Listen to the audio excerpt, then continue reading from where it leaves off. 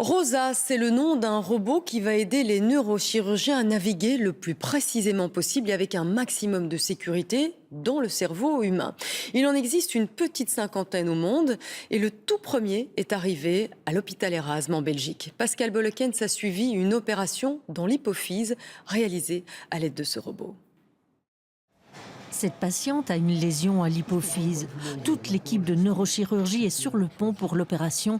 Et aujourd'hui, il y a même une petite main articulée automatisée pour éviter aux chirurgiens tout mauvais geste. Un robot au doux nom de Rosa. Le but du robot sera de tenir notre endoscope dans une position bien précise, ce qui nous libérera nos deux mains pour pouvoir travailler. La précision de l'appareil est vraiment remarquable. La précision est inférieure au millimètre, donc lorsque nous voulons insérer certaines électrodes, la précision sera vraiment extrême.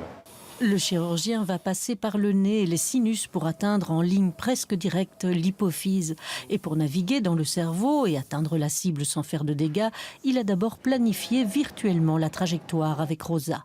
Programmer le robot, c'est le rôle du nouveau venu dans le bloc opératoire, l'ingénieur biomédical. Pour faire le travail correctement, je pense qu'il faut en même temps une collaboration entre les ingénieurs et les médecins, tout à fait, pour pouvoir utiliser ce matériel d'une manière optimale et correctement. Certes, la mise au point prend un peu de temps, mais le résultat est à la hauteur de l'attente. Le robot nous guide et nous empêche surtout d'aller dans des structures qui sont délicates à ce niveau-là. Donc ça diminue le risque de complications des interventions chirurgicales. C'est une aide aux neurochirurgiens. Jusqu'ici, les neurochirurgiens utilisaient déjà l'endoscope, mais de manière plus intuitive. Ils n'étaient pas à l'abri d'un faux geste avec dans 10 à 15% des cas des complications.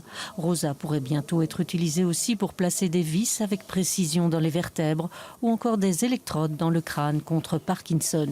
Coût du robot, 750 000 €.